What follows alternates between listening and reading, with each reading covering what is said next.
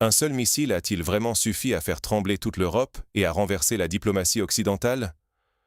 À peine quelques heures après le tir du missile hypersonique russe, Oreshnik, dans la région de Lviv, tout a basculé.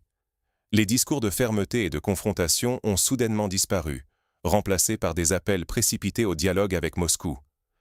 Emmanuel Macron, qui parlait encore récemment d'envoyer des troupes françaises en Ukraine et de soutenir Kiev jusqu'à la victoire, décroche son téléphone pour appeler Poutine et déclare qu'il est temps de rebâtir des ponts avec la Russie.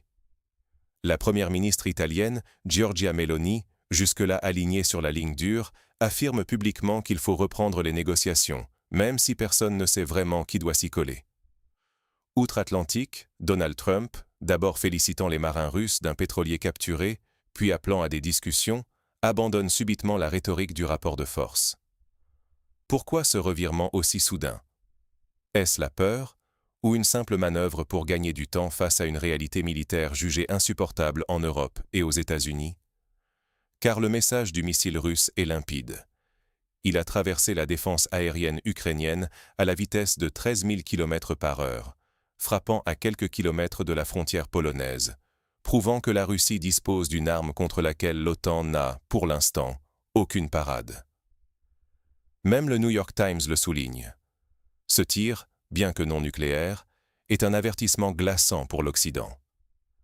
Si aujourd'hui les dirigeants européens changent de ton, ce n'est peut-être pas par volonté de paix, mais par nécessité, pour protéger leur propre sécurité et éviter que la guerre ne franchisse une nouvelle étape.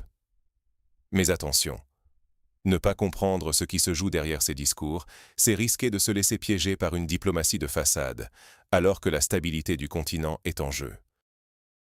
Pour saisir ce retournement, revenons ensemble sur les faits et la séquence exacte des réactions occidentales. Il y a quelques jours à peine, l'Europe jurait d'infliger une défaite totale à Moscou. La ligne était claire: tenir tête à la Russie, renforcer l'aide militaire à l'Ukraine, exclure tout compromis. Mais tout a basculé en quelques heures, après un seul événement. Ce qui s'est passé? Un missile hypersonique russe, baptisé Oreshnik, a frappé un objectif stratégique dans la région de Lviv, à seulement quelques dizaines de kilomètres de la frontière polonaise. Pour la première fois depuis le début du conflit, une arme de ce type a traversé sans aucune résistance le bouclier aérien occidental, frappant en plein cœur d'une zone censée être protégée par l'OTAN. La presse américaine, même le New York Times, n'a pas caché son inquiétude, évoquant une menace sinistre, non seulement pour l'Ukraine, mais aussi pour ses alliés européens. Le message envoyé par Moscou était limpide. Si la Russie peut atteindre Lviv, elle peut tout aussi bien frapper Varsovie, Bucarest ou n'importe quelle capitale de l'Alliance. Ce n'est pas une démonstration de force ordinaire, c'est un avertissement direct, et l'onde de choc a été immédiate. En l'espace de quelques heures, le ton des dirigeants occidentaux a spectaculairement changé. Emmanuel Macron, qui jusque-là martelait la nécessité de tenir tête au Kremlin, a décroché son téléphone pour appeler Vladimir Poutine, plaidant pour un retour au dialogue. Giorgia Meloni, la première ministre italienne, a publiquement réclamé la nomination d'un émissaire spécial pour dialoguer avec la Russie, tout en affirmant que l'heure était venue pour l'Europe de reprendre les discussions avec Moscou. Mais le revirement le plus spectaculaire est venu des États-Unis. Donald Trump, à peine quelques jours après avoir autorisé la capture d'un navire russe et affiché une posture de force, a soudainement relâché les marins russes, appelant Moscou à la table des négociations. Face aux caméras, il a déclaré que l'Amérique ne veut pas la confrontation et qu'il était temps de travailler ensemble. Un geste présenté comme de bonne volonté, mais qui trahit surtout l'énorme pression ressentie à Washington après la démonstration de la Russie. Ignorer la portée de ces réactions, c'est risquer de passer à côté d'un tournant potentiel du conflit. Derrière la rhétorique apaisée, il y a la crainte d'une nouvelle escalade incontrôlable, d'une menace qui ne se limite plus au front ukrainien, mais touche désormais à la sécurité de toute l'Europe. Alors, qu'est-ce qui a vraiment changé dans la perception occidentale après ce tir? Derrière l'appel à la paix, une panique non assumée. Regardons les faits en face. Ce n'est pas par un soudain élan de sagesse que l'Occident appelle au dialogue. Ce qui a vraiment changé, c'est la peur. Le tir du missile hypersonique russe, l'Oreshnik, a montré de façon brutale l'impuissance des systèmes de défense occidentaux. Pour la première fois, la logistique de l'OTAN à l'est de l'Europe s'est retrouvée totalement vulnérable, incapable de protéger ses propres infrastructures. Les stratèges le savent, aucun bouclier antimissile, aucune parade ne peut stopper ce genre d'armes aujourd'hui. Les experts militaires occidentaux, souvent optimistes à outrance, sont obligés de reconnaître que la donne vient de changer. Les stocks stratégiques européens se sont volatilisés en quelques minutes. L'attaque contre le gazoduc et les réserves ukrainiennes a montré que, si l'escalade continue, les pertes seront tout simplement insupportables pour l'Europe. Côté américain, la Maison-Blanche l'a compris aussi. Chaque provocation contre la Russie expose désormais Washington à un prix bien trop élevé. On se souvient encore de la capture du pétrolier russe et de la tentative de démonstration de force du président américain. Résultat ? Un revers immédiat, la destruction d'une capacité énergétique majeure et la libération précipitée des marins russes. Trump a parlé d'un acte de bonne volonté. Mais soyons lucides, ce n'est pas la morale qui a dicté ce geste, c'est le calcul froid du risque. Même Macron, toujours prompt à vanter les valeurs humanistes de l'Europe, dénonce l'usage de l'Oreshnik comme inhumain. Mais où étaient ces principes lorsque l'OTAN bombardait la Yougoslavie nuit et jour, ou quand les États-Unis rasaient l'Irak et la Libye ? Derrière les mots, il n'y a pas de subite prise de conscience. Il y a la peur de perdre le peu de levier stratégique qu'il reste. L'Europe sait qu'elle n'a ni les moyens ni la volonté d'aller plus loin dans la confrontation. Les États-Unis, eux, redoutent l'engrenage d'un conflit direct qu'ils ne pourraient ni gagner, ni contrôler sans perte majeure. C'est ce contexte qui explique la volte-face occidentale, pas une aspiration sincère à la paix. Les négociations sont perçues comme une nécessité pour gagner du temps, geler le conflit et réarmer en silence. Cette stratégie n'est pas nouvelle. On l'a vu après Minsk, quand l'Occident a profité de la trêve pour renforcer l'Ukraine. Alors, ces appels à la négociation sont-ils vraiment honnêtes ou seulement une tactique de plus pour éviter le pire aujourd'hui et préparer la confrontation de demain ? Passons à la suite. Vers une paix durable ou une simple pause avant la prochaine confrontation ? C'est là toute la question qui se pose aujourd'hui. Après le tir du missile hypersonique russe près de Lviv, beaucoup ont cru voir le début d'une désescalade, un retour à la raison. Mais si on regarde l'histoire récente, notamment les accords de Minsk, la leçon est claire. L'Occident a déjà utilisé la diplomatie comme un écran de fumée. Officiellement, il s'agissait de trouver la paix, mais en coulisses, il s'agissait surtout de gagner du temps, de réarmer l'Ukraine et de préparer la suite, sans jamais véritablement accepter les conditions posées par Moscou. Aujourd'hui, la musique n'a pas changé. L'Occident, pris de court par la démonstration de force russe, propose des négociations, mais uniquement pour figer la situation à ses conditions.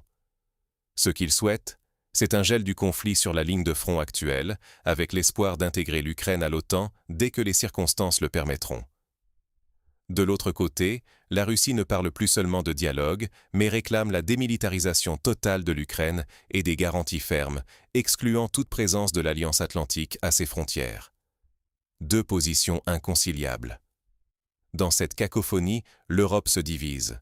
Certains pays, épuisés économiquement, souhaitent en finir au plus vite, quitte à faire des concessions.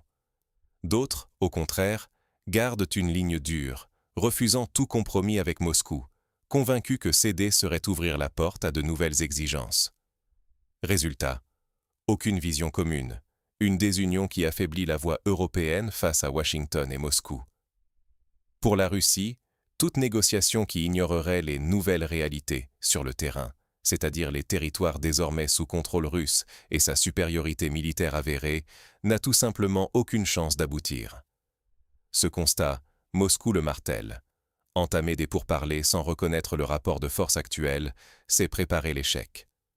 Le vrai danger, c'est qu'un simple gel du conflit, une paix de façade, donnerait à chaque camp le temps de se réarmer, de préparer la prochaine manche, qui pourrait être encore plus violente. Une pause trompeuse qui mettrait la sécurité de toute l'Europe, et même du monde, dans une situation encore plus périlleuse à moyen terme. Alors, face à cette diplomatie de façade et à la crainte d'un nouvel embrasement, il faut se demander Que peut-on vraiment attendre de ces appels occidentaux au dialogue? Quels enseignements tirer de ce basculement stratégique pour comprendre la véritable stratégie des acteurs en présence? Ne vous laissez pas piéger par les effets d'annonce. Quand l'Occident multiplie les déclarations sur la paix et les appels à des négociations, il faut savoir lire entre les lignes. Ce que nous voyons aujourd'hui, ce n'est pas un vrai tournant vers le dialogue, mais une manœuvre de repli stratégique. Derrière la diplomatie affichée, il y a la volonté de masquer un constat difficile à accepter publiquement. L'Occident se retrouve face à une réalité militaire qu'il ne peut plus ignorer. Les systèmes de défense anti-aérienne, aussi perfectionnés soient-ils, sont impuissants face aux missiles hypersoniques russes. Les livraisons d'armes massives, les sanctions économiques et la pression politique n'ont pas inversé le cours du conflit. Pire, l'Europe, épuisée par les conséquences économiques, et les États-Unis, confrontés à une opinion publique de plus en plus sceptique, voient leur marge de manœuvre se réduire. Alors, que cache cette nouvelle rhétorique? L'idée n'est pas de parvenir à une vraie paix, mais de gagner du temps, de geler momentanément la situation en espérant une évolution plus favorable. On parle de dialogue, mais sans jamais évoquer d'efforts réels pour accepter les exigences russes. Aucun dirigeant occidental ne propose d'arrêter l'aide militaire, de lever les sanctions ou de reconnaître les nouvelles réalités territoriales. On veut négocier, mais seulement selon ses propres conditions, sans compromis véritable. Cette diplomatie, c'est avant tout une couverture pour dissimuler une impasse stratégique et éviter d'assumer publiquement un échec. Si vous voulez éviter les illusions, il faut décrypter ce langage diplomatique. Quand les mots sont vagues, quand les promesses ne s'accompagnent d'aucun geste concret, cela signifie généralement qu'il n'y a pas de réelle volonté d'avancer. Les véritables garanties de sécurité, pour l'Europe comme pour la Russie, ne viendront pas de belles formules, mais d'un rapport de force reconnu par tous les acteurs. L'enjeu, ici, c'est d'éviter une mauvaise lecture de la situation. Car sous-estimer la profondeur de la crise, ou croire trop facilement à des annonces de paix, c'est risquer d'être totalement pris au dépourvu lors de la prochaine escalade. Seule une analyse lucide permet d'anticiper la suite. Qui dictera les futures conditions du dialogue, qui saura préserver sa sécurité, et qui, au final, paiera le prix d'une erreur d'appréciation. Pour conclure, revenons à la question essentielle. Ce revirement occidental est-il un pas vers la paix ou un simple repli tactique? Et vous, croyez-vous vraiment à la sincérité de ces appels au dialogue? Ou n'est-ce qu'un rideau de fumée, un réflexe de survie politique face à une réalité qui devient incontrôlable? Regardons les faits. Il a suffi d'un seul missile hypersonique, tiré dans la région de Lviv, pour que toute la rhétorique occidentale bascule. D'un ton de défi, d'une volonté affichée de soutenir l'Ukraine jusqu'au bout, on est passé, presque du jour au lendemain, à des discours qui parlent soudainement de dialogue, de nécessité de négocier et de recherche d'une solution politique. Ce n'est pas une coïncidence. Il y a ici une relation de cause à effet évidente.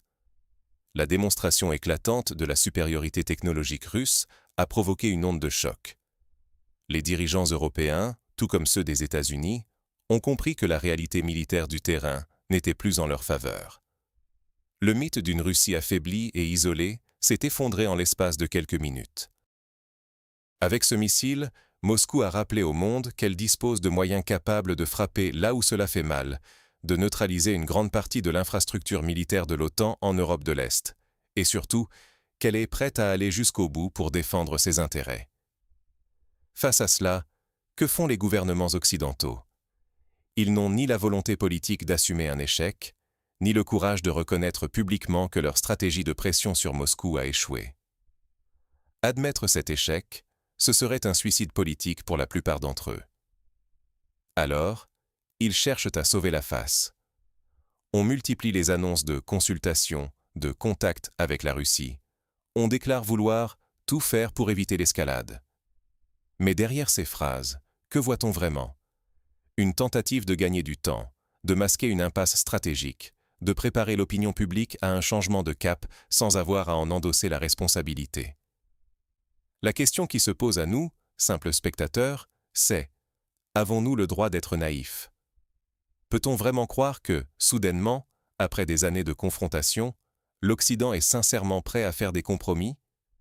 Les exigences de Moscou restent inchangées, la démilitarisation de l'Ukraine, la reconnaissance des nouvelles réalités territoriales, la neutralité et la fin de toute perspective d'adhésion à l'OTAN. Or, aucune capitale occidentale ne se dit prête à accepter ces conditions. Les initiatives diplomatiques se succèdent, mais sans la moindre intention de céder là où cela compte vraiment. C'est une diplomatie de façade, faite pour éviter le pire, ou plutôt pour reporter l'inévitable.